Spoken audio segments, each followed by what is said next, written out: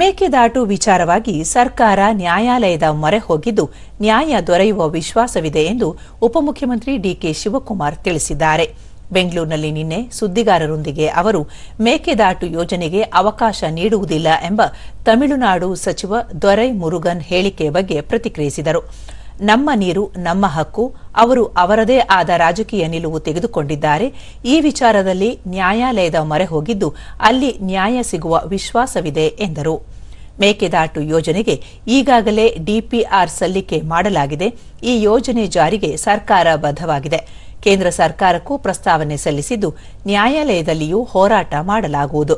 ಕೃಷ್ಣಾ ನದಿ ನೀರು ಸಂಬಂಧ ಆಂಧ್ರಪ್ರದೇಶ ಮುಖ್ಯಮಂತ್ರಿಯವರೊಂದಿಗೆ ಚರ್ಚೆಗೆ ದಿನಾಂಕ ಕೇಳಿದ್ದು, ದಿನಾಂಕ ನಿಗದಿ ಮಾಡಿದ ಬಳಿಕ ಹೋಗಿ ಭೇಟಿ ಮಾಡಲಾಗುವುದು ಎಂದು ಹೇಳಿದರು.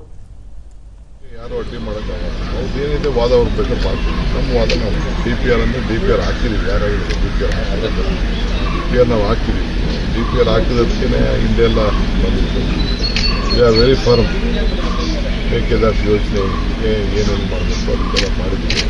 ಸೆಂಟ್ರಲ್ ಗೌರ್ಮೆಂಟ್ ಗೊತ್ತಿದೆ, ಕೋರ್ಟಲ್ಲೂ ಕೂಡ ನಾವು ಲೀಗಲಿಗೆ ಅಂತ ಮಾಡಿದ್ವಿ. ಬಟ್ ನನಗೆ ನ್ಯಾಯಾಲಯ ಮತ್ತು ಇವತ್ತು ಅವ್ರಿಗೆ ನಾನು ಮನವಿ ಮಾಡ್ಕೊಳ್ತೇನೆ, ಇದು ನಿಮ್ಗೆ ಅನುಕೂಲ, ನಮಗಿನ್ನ ಜಾಸ್ತಿ ನಿಮ್ಗೆ ಅನುಕೂಲ.